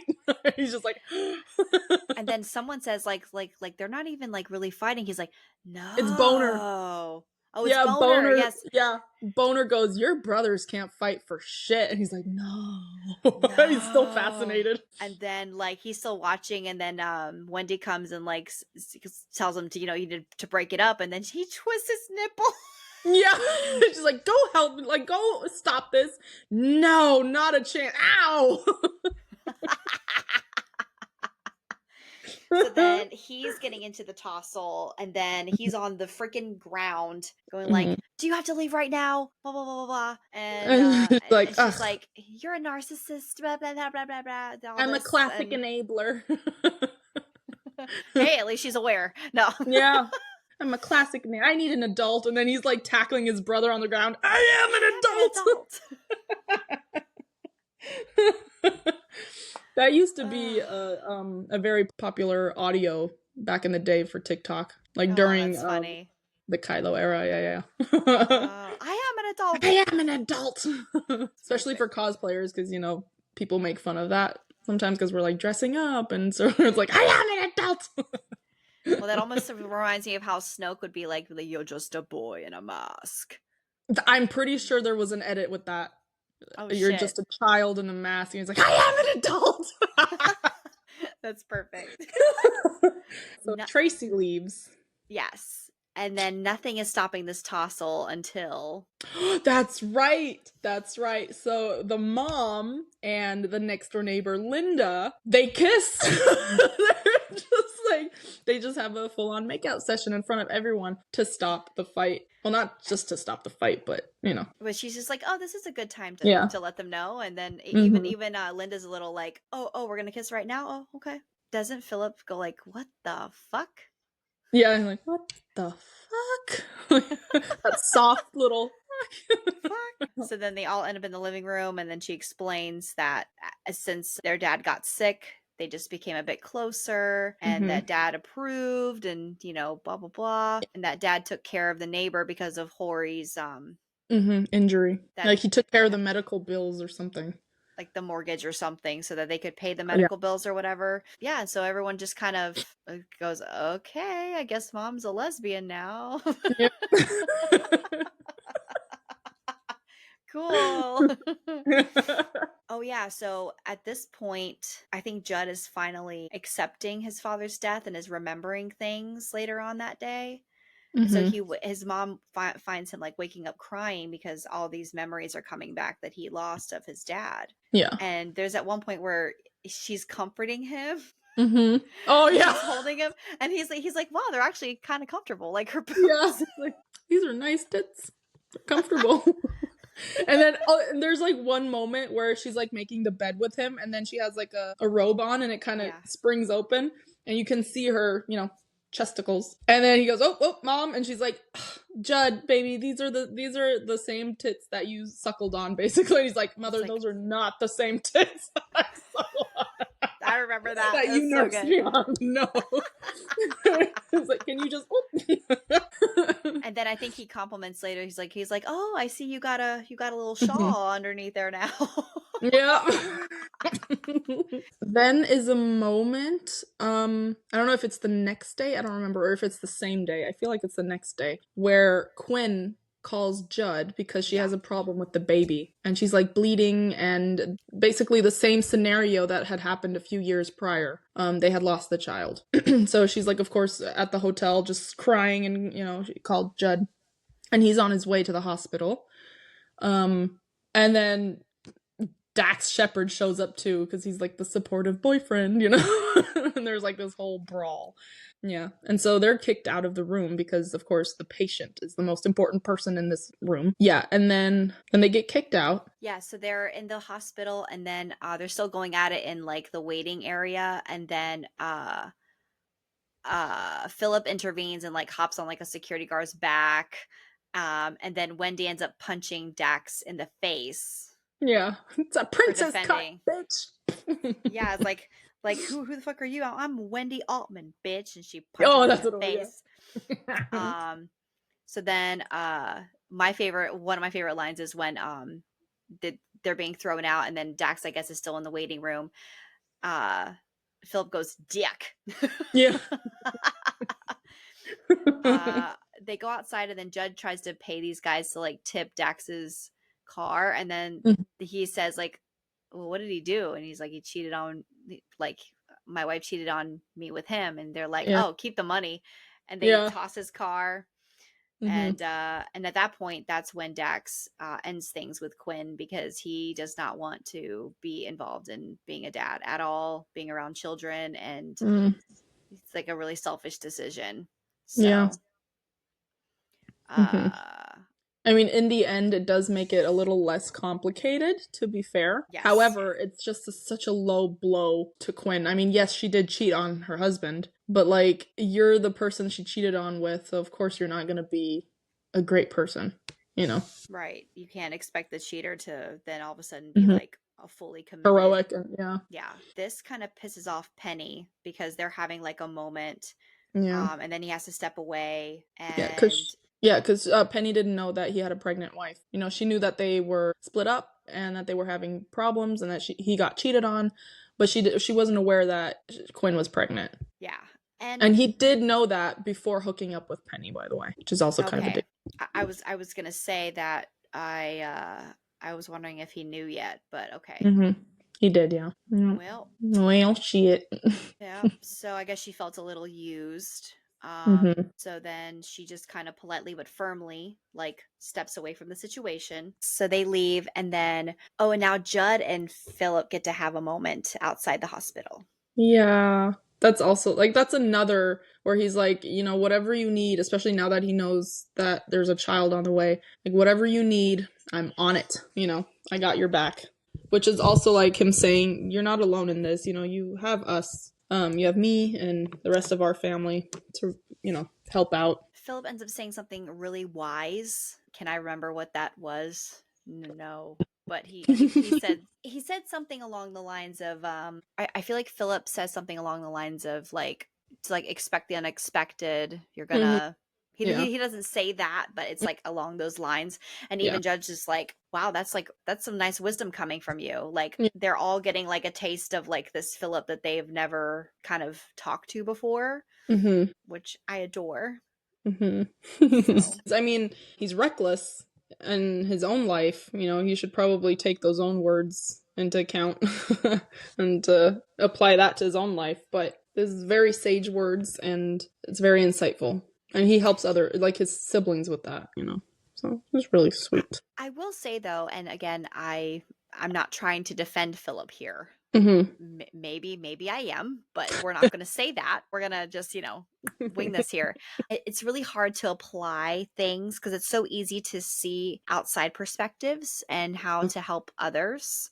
And when you look inside, it's a lot harder. It's like instead of like a nice, like, straightened brushed hair, it's like all matted, and it's just like really hard to like get through. I wonder if that's kind of like, it's really hard to work on yourself when you can kind of look outside and help better. Yeah, I mean, that's usually it is. Yeah, that's true. That's a good point. Like, your own life, it's harder to figure out, but if you're like observing someone else's situation, it's easier to like weigh in and help and give suggestions or advice, or, you know, that's a good point. Even like editing, like if I was like reading someone else's story or their paper, it's a lot easier to grade and like edit someone else's work than your own as well. Yeah, that's true. Yeah. So, because you have more of an objective mind and there aren't as many emotions running wild, you know, as in your own situation. And if you can detach yourself from that, then kudos. That's an art form. And then you're a very reflective person, and, you know, but I mean, it's very natural not to be able to do that. So, you know. Yeah, exactly. So yeah, that scene was really nice. And then Wendy and Philip leave, and then Judd stays there.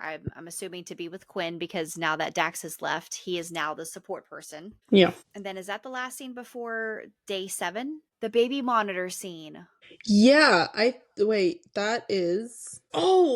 I think it's like right before the hospital scene, because I think he wears the same shirt. I have the red striped shirt in my head right now. So right. Yeah, that's when it switches back to Paul's point of view, like him clenching onto this baby thing. That's what it is. He's missing out on Shiva because he's on his coitus schedule.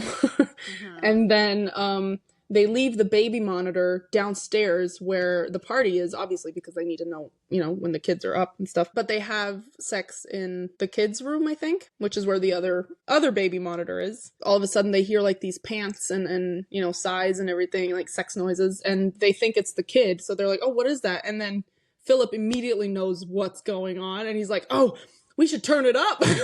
And then Wendy's like, "No, turn it off, turn it off." He's like, "Turn it up, turn it up." And then he turns it up, and then, everyone in this house, like all the guests, everyone is listening in on Paul and Annie having sex. Yeah, and then Linda comes in and she like yanks the baby monitor out of Philip's hand and like yanks the wire out, so they think it's, it doesn't work anymore. But then, and then it stops, and everyone's like, "Okay, good." And then it continues. The panting continues, and and then Wendy goes, "It has a backup battery," and Philip goes, "Oh, that's a nice feature."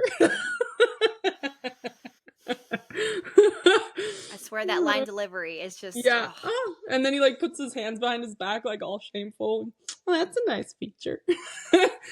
And then Linda, the neighbor and girlfriend of the mom, she's like, "What is wrong with you?" He just goes, clearly not ashamed. He goes, "I'm ashamed." So funny. Yeah. Those two quotes, "That's a nice feature," and "I'm ashamed," those are my husband's two favorite quotes. He says that all the time. Oh my God, I love that. Yeah. He's like, "I'm ashamed." And then I'm like, he's quoting Adam. I can't be mad at you. He just knows what to do to get out of a fight, huh? He knows exactly what to do, yeah. He uses Adam against me all the time. Well, it's kind of a shame because despite all of Philip's behavior, it's the little cute, charming scenes that just, you're just like, "Oh, well, I guess I'll forgive you." It's like he has a lot of like fucked up moments. Like there's obviously a lot of very disrespectful and just like immoral things that he does. But then he has those moments where it's like, okay, he's not a bad person. Like, he just makes mistakes. He needs to learn himself. Yeah. As we get to the end of the movie, and you're kind of rooting for everyone to get what they want, nobody gets what they want. Yeah. Everyone is just Philip does get a little bit what he wants, because Paul then not buckles, but he's like, "All right, I'm gonna give Philip a chance." So he makes him his partner, and with like fully aware that Philip's gonna fuck up somehow. But he's like, "I'm still gonna give him the chance. He's my brother, and maybe this is his way of like learning and stepping up, taking responsibility, and really figuring out his life." Right. Yeah. So I like how they like come back together. They kind of. Well, I guess what Philip wants is to be taken seriously. So even if the opportunity is given to him, they still aren't taking him seriously. Yeah. And then, Judd is, even though this baby's on the way and he's very happy, Penny and him aren't together, which is kind of what you're hoping for in the end. You're hoping that Paul knocks Annie up. You're hoping that, well, of course, we want Wendy and Horry to be together, but that's just not going to happen. Yeah. Well, I guess the mom is pretty happy. She's in a relationship, and even though she's grieving her husband, it's she even said early in the movie, like, she's like, "I'm not seeing him as that dying frail man anymore. I'm seeing him as the strong man that I fell in love with before. I'm remembering him like that." So she seems fine and dandy, and then everyone else is just kind of like, "Well, this is life. And we're just going to do the best that we can." I think one of the best quotes from Judd, and I think this is when he talks to Penny near the end. He planned out his life, like his whole life, or maybe this was with Wendy. He's like, "I planned out my life, each detail, to prevent this from happening." This meaning all the mess that he's been going through. So that only proves that it doesn't matter how much you prepare. It doesn't matter how much you plan your life. Anything can happen, and you just have to be ready. Yeah. And every step is a moment of learning. Like, you never stop learning. Yeah.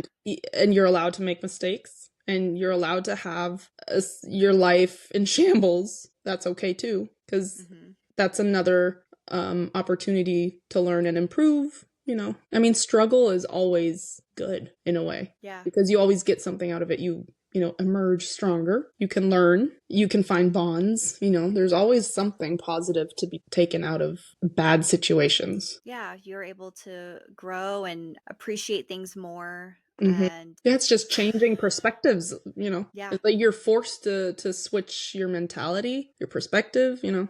That's always good. Always reflect.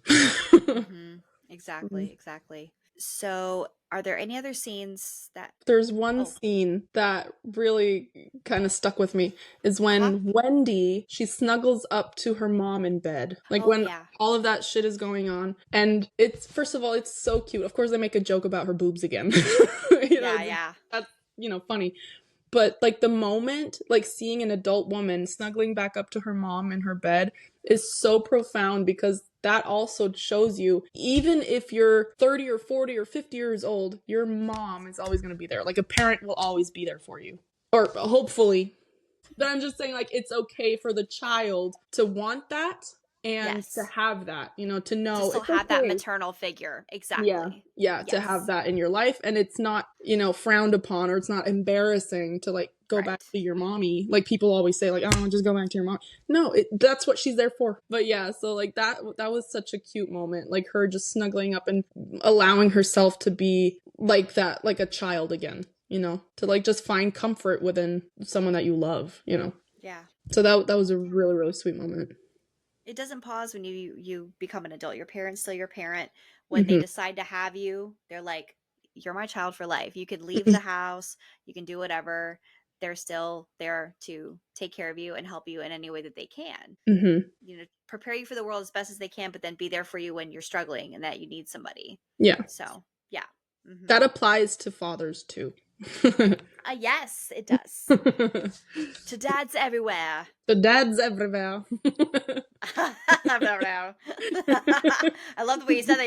You're like, to dads everywhere. You didn't say it like that. You said it very fancy, and I loved it, but I just couldn't repeat it. I don't think I can repeat it.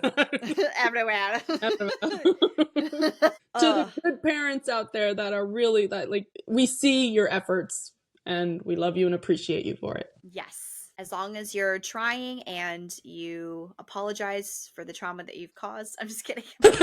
Yeah. Then you're great. And you're allowed, like, as a parent, you're allowed to make mistakes too. You're only human, you know. Exactly. You're allowed to make mistakes. As long as you, like, you know, try to put effort back into it, obviously, and just, you know. Have a little humility and grace and, you know. Yes. Yes. Yeah, that was the only scene that I, like, wanted to bring up, too. That had nothing to do with Adam, but, like, still, it was, like, a really meaningful moment. I don't even know what... I remember I sent you a video just letting you know that I finished watching the movie, and I was crying. Yeah, you were. I don't even know, like, what... I can't remember right now what part made me cry. I just felt like it was just the ending feels not heavy, but there's a weight to it that I feel like I just felt. I know which scene that was too, because like I heard it in the background, and you also just, like, flipped the camera real quick. That was when Philip and Judd had that moment where their foreheads were touching, because they said, like, intimacy among the family wasn't a thing, but their dad used to, like, have, like, a forehead touch and just, like, be there with them for a moment. And so they did that together, and that was, like, such another meaningful moment, because, like, they were there for each other without saying it, and just, like, you know, connecting. And then Adam even tears up in that part, which was so cute. Which you can barely tell. Like, if you're watching, like, really zooming in on him, then you can tell that he's crying. Then he, like, kind of, you know, runs away because he doesn't like showing emotions, clearly. But he does, and it's so cute. Such a sweet moment. I love that. It's like, does Philip cry? Yes, Philip does cry, but he tries to make it not as noticeable as possible. Yeah. Oh, that's probably why I was just like, it was such a great, like, interaction that it just made me emotional. And then he's, like, looking up at his mom at the window, and then I'm just like, damn. And they have, like, a mutual, like, yeah, you know, look and understanding. Exactly. That moment right there where they're, like, their foreheads are touching, that's also, like, even though everything around you is crumbling, they still have each other, you know, the family, they still have each other, and they'll always be there for each other, even if they, you know, fight and brawl and spew hate at each other and life's falling apart or whatever. There's still that support and that strength, or that column, or whatever you want to call it, you know. So that was really sweet. I will say, though, the title threw me off, because it's like, this is where I leave you. Like, where are you leaving me? Mm-hmm. because you're not just going to drop me off on the side of the road, okay? Yeah. Sorry, it's a bad joke. But But it's like, this is where I leave you in life. exactly. I'm Yeah. going to give you the tools to help you get to where you need to go. Yeah. I'm going to be the support person for you. If Mhm. you, but everything else you have to do yourself. Yeah. You have to put in the work, and you have to be able to overcome this yourself. Right. That's So- yeah. I like that. I never thought about that actually. About the title. I like that. Because there's a lot of movies that I'm just like, what the heck is this title? What does this Yeah. mean? And then Yeah. I watch it, and I'm like, I still don't know what this means. Mm-hmm. Like obviously the thing like on the nose is he got cheated on. Like Judd got cheated on. So this is where I leave you. Philip, his fiance leaves him. Wendy, she gets left by her, emotionally by her husband. Obviously the dad dies, so somebody leaves. But I really like that second meaning. That's beautiful. The movie is about loss, but it's also knowing that you have that support system, and that they were giving each other the advice and the tools that they needed to battle whatever it is that they were battling. And so it's like, okay, this is where I leave you now. That you are equipped, but you have to do the heavy work. You have to do the work, or just navigate through the struggle. Yes, yeah.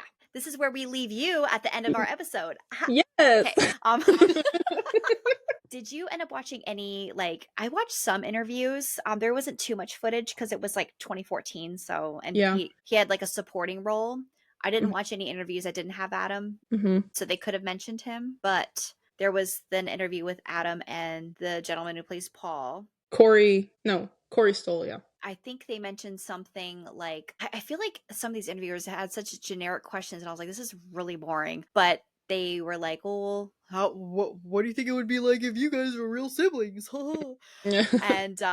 And they were like, well, I mean, I'm not sure, because siblings help shape you. It's not just your parents, but your siblings shape you as well. They're in your family. They're there with you all the time, and they shape you to who you are. So they're like, it's hard to say. Yeah. Because we're not siblings. Exactly, yeah. It was a pretty good statement, yeah. Mm-hmm. And you could definitely tell that Adam was in his Kylo era, because he had the layers in his hair. Mm-hmm. So it's pre-blowout hair. And I'm like, because I've seen the photos of this, but I didn't know what it was from. And then I looked at it and I was like, I know what that photo's from now. And then there's some interviews. They're asking him about his character, that he's a little bit immature, but that he's trying to prove himself. One perspective that I really like that Adam said was, being the child of the family, you feel like you have to, of course, like you mentioned, get the attention that you want, but everyone's much older than you, so you're being exposed to adult conversation a lot earlier than you should. So I feel like that may play a role in how he is. Because even though he's immature, he takes adult scenarios and he's very childish with them. He's not mature with them either. So I really like that. And that's all I got, because there really was nothing. There was nothing. There was really nothing. And I couldn't really think of anything else from the interview that I remembered. So it was just kind of like, okay, yeah, well, that's a kind of an okay question, I guess. Who wrote these? Did you write these 5 minutes before the interview? By the way, guys, I minored in magazine journalism, so I have a little experience. Your voice got so deep when you took the microphone. I felt like it's not going to boom if I'm just like, I got a degree in magazine journalism. It's like, I got a degree in magazine journalism. I did journalism. Hello? Actually, hello, I did journalism. I actually fucking hated it. It was my major, and I switched my major and my minor, and I just graduated a semester late because it turns out you can finish. You can. Because I did. Because I did a semester late, because I was running out of loan money. Anyways, they're like, you're running out of money. And I'm just like, okay. I mean, basically, just general messages is coping with grief, family as a support system, and just the quote unquote clenching isn't gonna help you in life. Sometimes you just gotta let it go and revisit the idea, with the baby thing, just holding on so tight, that's not gonna get you to achieve your goals, and always chasing after that happy, perfect life. That's not going to happen. Life will always be complicated. Life will never happen and plan out the way you think it will, or, you know, try to plan it. It's not going to happen. Family's always there for you, or should always be there for you. Yes. And most likely will, you know. Or chosen family. It doesn't have to be blood family, you know. As long as you have your support system, nothing can happen to you. And, you know, everything will be okay. You're okay to feel the way that you feel, but everything's going to work out. You just have to kind of let it do its thing. Yep. Yeah, let it ride. And it's okay to not be okay all the time. Yes. You're allowed to struggle. You're allowed to show that you're struggling, and you're allowed to ask for help. You're allowed to receive help. You know, you don't always have to be always, you know, perfect and everything's going great and just covering up. You know, if you're struggling, you're allowed to say so. You know, if you're having a bad time, that's okay too. Yes. We forgot to mention a really cute Philip scene. Oh? With Tracy when they're at the dinner table and they're getting ready to leave. And then he does the... Yeah. Sometimes I think you're too good for me. Oh, don't be silly. I am too good for you. And then he just looks up at her with these puppy eyes, and I'm literally like... I'm like, oh... It's so cute. It's literally like... What's happening? I just want to be looked at like that, okay? Just, you know. I'll look at you like that. That was so cute. That was like Puss in Boots. That was really like... You were just like... a little hat. I am Boots. In boots. So, oh, and there's another moral of the story. Yeah. Don't leave your keys in the ignition, especially when it's a Porsche. Because was it stolen? Yeah, Philip, he, like, that's what Tracy said at, like, the whole time. She's like, he always leaves his keys in the ignition. So he's gonna get stolen anyway. And then Judd drives away with his Porsche. Oh my god. Yeah. That's hilarious. So, take care of your stuff. That's another thing that shows, like, how irresponsible he is. You know? Yeah, who does that now? Leaves their car in the yeah. But yeah, so that is it. That is it. Also, I'm just gonna briefly mention this. Adam has now a reputation to be a dramatic actor, which is wonderful. Yes. He's gotten out of the man whore roles. but I will say, shoot. What I'm saying is that like people forget that he's funny. Like when they got on SNL, it's like, oh my god, he's funny. I'm like, what? Yeah. Of course he's funny. Like there's so much evidence of that before, because they just saw Kylo Ren and then everything else that he's done afterwards, which is very dramatic, very serious. Besides a few others that maybe people have not seen, you know, like the Dead Don't Die and, you know, things like that. But looking at What If Girls, which is technically a drama, but it's funny. Yeah. And then Dead Don't Die. Dead Don't Die. This Is Where I Leave You. You know, all of those. Logan as Lucky. Far as Logan Lucky. Well, I'm speaking in terms of like before Kylo. Oh, gotcha. Yeah. But yes, I agree. That it's like not that he was. I mean, I guess he was slightly typecasted because those characters are very similar, but it's like people forgot that he was funny, and so this is just a really great movie of a reminder of like, not even like it's not really that raunchy. It's not a dirty movie. Like it's a good, like, heartwarming, loving movie, and he's like the comedy relief in the movie. One of them at least. Yeah. Almost always is the comedy relief in the movie. Yeah. And he's just not in those kinds of roles anymore. So this, if you want to see Adam be funny and cute and adorable, but also like, watch this movie. What was that noise? I like that noise. I think I've been listening to that meme for too long. You know, the memes I've been making. Mm-hmm. Yeah. What you know about Bitch, I'm from Memphis. What you know about me? G-L-O In the G in a L-E. Okay. I gotta think of something to come up better than that. I have to think of a noise that he's made where like wee wee. Yes. Oh, okay. Wee. Go wee wee. Please. I beggeth. Yes. I shall beggeth. make it. I shall make it come to fruition. Thanks for tuning in. This is Good Soup, Great Driver. That turn. Drama, baby, drama. You can find us on Instagram at Good Soup Great Driver and TikTok at the same name. I haven't slept in 24 hours, and it's fine. I'm not even tired. I'm just delirious. Where can the people that have a regular sleeping schedule find you? So on both Instagram and TikTok, my tag is I've always been solo, BENSOLO, like Ben Solo. And where can they find you, Miss Shannon?